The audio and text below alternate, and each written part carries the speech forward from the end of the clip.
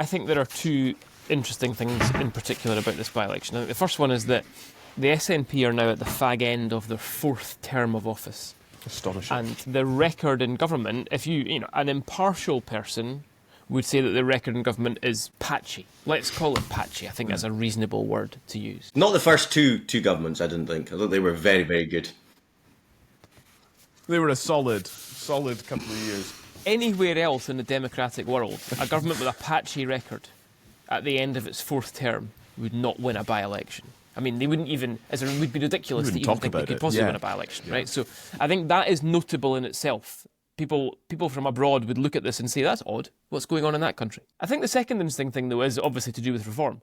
I mean, I still think there's a lot of water to flow under the bridge when it comes to reform and their performance in May 2026. There's a long way to go. With a party like Reform, which has grown so quickly, there's a lot that can go wrong, principally to do with the sort of people that are attaching themselves to it. And I don't think we know enough yet to know where that's going to end up in 12 months' time. They could do well, they could get 15, 16 seats, they also could get 4. Right? I think there's a long way to go in that yet. But what is interesting will, I think, be the shift in voting patterns between the Tories and Labour and which of them goes to Reform. Because as far as I can see at the moment, the Keir Starmer and Kevin Badenoch strategy is basically the same, which is Nigel Farage is bang on right, so don't vote for him. Very good. Expand on that a bit more for us. That's what they're saying. They're saying, oh yes, he's right about immigration, so that's why we're moving and we're doing this and this and this. And of course, what they're expecting... Not explicitly saying he's right.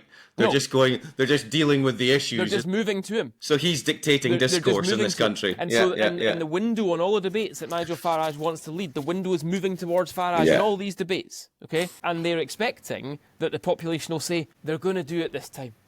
I know they've said they've been going to do it for the last 25 years and they haven't, but they're going to do it this time. So actually, I was going to vote for Farage, but I think I'm just going to go back and vote for them now because they said they've made a mistake and now they know. I mean, come on. This is not the world.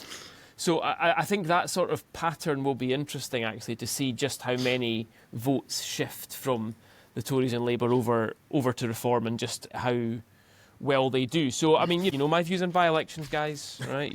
My views on by-elections... There's been some flip-flopping, I think. I think they're interesting in the moment, but I think they often don't have a bearing on the big election that follows. And I think this will be the same, but that's not to say it won't reveal some really interesting movements and patterns when we see it in a couple of weeks' time.